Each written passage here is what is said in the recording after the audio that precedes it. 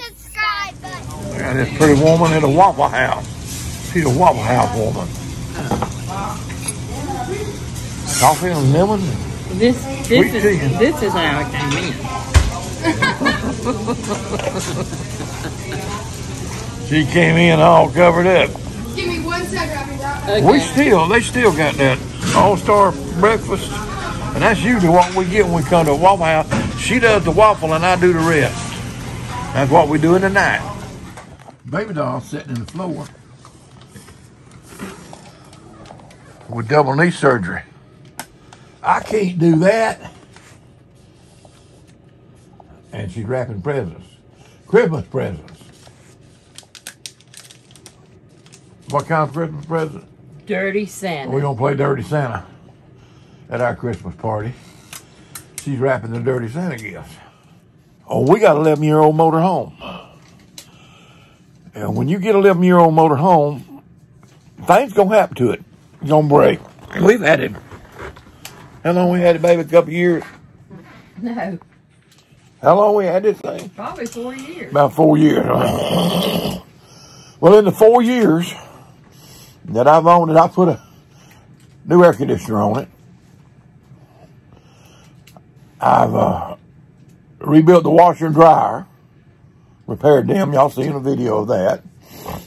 I've replaced the inverter. What else have I done? Replacing the refrigerator. Going back with a 12-volt refrigerator. Put a new toilet seat in there. I'm putting the toilet seat wasn't that. It costs money. Toilet seat wasn't that bad. But right now, the fan went out in our furnace, the gas furnace. Now our heat pump. Microwave? The heat pump works, but it's too cold for a heat pump right now in Florida. So, your baby reminded me that I'd put a new microwave in here. So there's constantly something that you got to do to keep an RV up. It's built not to quality specs. They look nice and they last a little while, but you got to constantly repair on them. So whenever you had to do some kind of repair to the bed. Oh yeah, one of the switches went out in the bed and I had to find it and fix it. That was minor stuff. I don't care. It still happens. Still happens. All right. But the fan, it's as cold as it's been in 30 years in Florida. So much for global warming, boys. I'm just telling y'all what. If they'll average the last 3 or 4 days in right at Christmas time, and it's cold. If they'll average these temperatures in with that global warming stuff, it'll bring it back down to normal. Promise you that.